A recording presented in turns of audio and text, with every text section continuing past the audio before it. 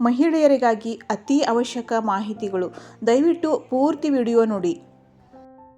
2 ವಾರಗಳ ಕಾಲ ಸ್ವಲ್ಪ ಬಾದಾಮಿ ಎಣ್ಣೆಯನ್ನು ಪ್ರತಿದಿನ ಕಣ್ಣಿನ ಕೆಳಗಡೆ ಹಚ್ಚಿಕೊಂಡು ಮಲಗುವುದರಿಂದ ಕಪ್ಪು ಕಡಿಮೆಯಾಗುತ್ತದೆ.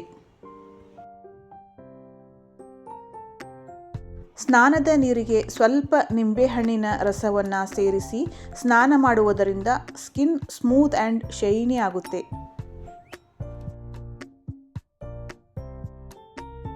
ಜೀರಿಗೆಯನ್ನು ತಿನ್ನುವುದರಿಂದ ಹುಳಿ ತೇಗು ಸಮಸ್ಯೆಯನ್ನು ಪರಿಹಾರ ಮಾಡಿಕೊಳ್ಳಬಹುದು.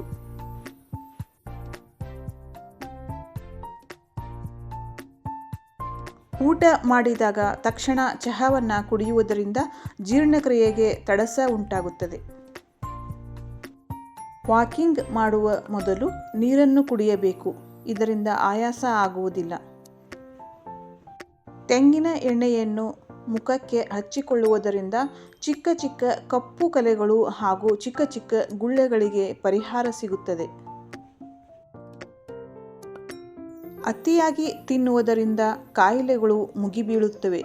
ಆದ್ದರಿಂದ 30ರ ನಂತರ ಆಹಾರ ಸೇವನೆ ಹೆಲ್ದಿಯಾಗಿರಬೇಕು, ಜೊತೆಗೆ ಕಡಿಮೆ ಸೇವನೆ ಮಾಡಬೇಕು. ಖಾಲಿ ಹೊಟ್ಟೆಯಲ್ಲಿ ಕರಿಬೇವಿನ ಸೇವನೆ ಮಾಡುವುದರಿಂದ ಜೀರ್ಣಶಕ್ತಿ ಹೆಚ್ಚುತ್ತದೆ, ಜೊತೆಗೆ ತೂಕವನ್ನು ಕಡಿಮೆ ಮಾಡಿಕೊಳ್ಳಬಹುದು. ಈ ಇಂಟ್ರೆಸ್ಟಿಂಗ್ ಮಾಹಿತಿ ನಿಮಗೆ ಇಷ್ಟವಾದರೆ ಲೈಕ್ ಮಾಡಿ, ತಪ್ಪದೆ ನಮ್ಮ ಚಾನಲನ್ನು ಸಬ್ಸ್ಕ್ರೈಬ್ ಮಾಡಿಕೊಳ್ಳಿ. ಧನ್ಯವಾದಗಳು.